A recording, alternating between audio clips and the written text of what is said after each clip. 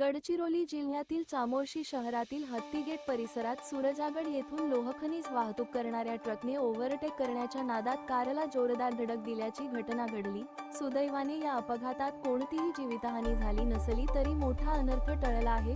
मिळालेल्या माहितीनुसार कार क्रमांक MH14 GB 8998 ही सहपरिवार चामोर्शीवरून गडचिरोलीकडे जात असताना हत्तीगेटजवळ पोहोचली। त्याचवेळी सूरजागड परिसरातून लोहखनिज घेऊन येणाऱ्या ट्रक क्रमांक CG04PG 1651 ओव्हरटँक करण्याचा प्रयत्न केला। या प्रयत्नात ट्रकने कारला मागून जोरदार धडक दिली। या धडकेत कारचे मोठ्या प्रमाणात नुकसान झाले असून कारमधील प्रवासी थोडक्यात बचावले। या सूरजागड खाणीतील लोहखनिज वाहतूक करणाऱ्या ट्रकचालकांकडून सातत्याने वाहतूक नियमांचे उल्लंघन होत असल्याचा आरोप नागरिकांकडून करण्यात येत आहे। पत्रकार धनराज वासेकर, राज्य प्रतिनिधी, गडचिरोली।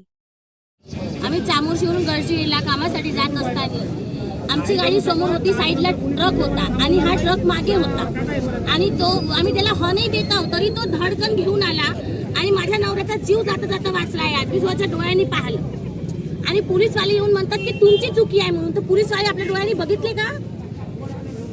नाही। डायरेक्ट म्हटला तो ट्रॅफिक पोलीसवाला तुमची चुकी आहे म्हणून। एवढा सेन्स नाही त्याला।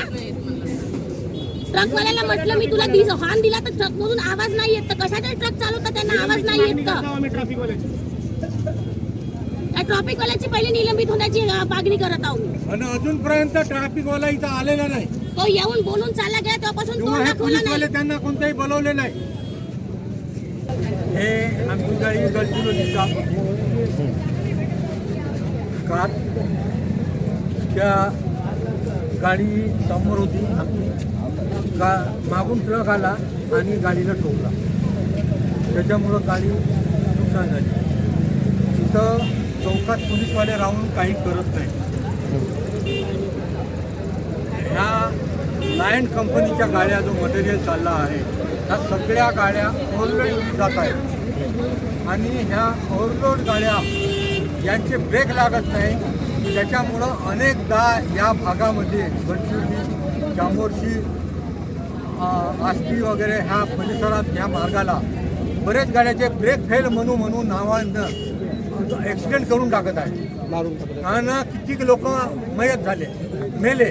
थोडासा जर जास्तीचा मार लागला असता तर ड्रायव्हिंग करणारा माझा मुलगा रुपेश लाल हा सुद्धा मेला असता। आणि याच्यावर हे चामोर्शी पोलीस स्टेशनवाले स्वतः इन्स्पेक्टर येऊन सुद्धा इथं कोणती कारवाई करत नाही।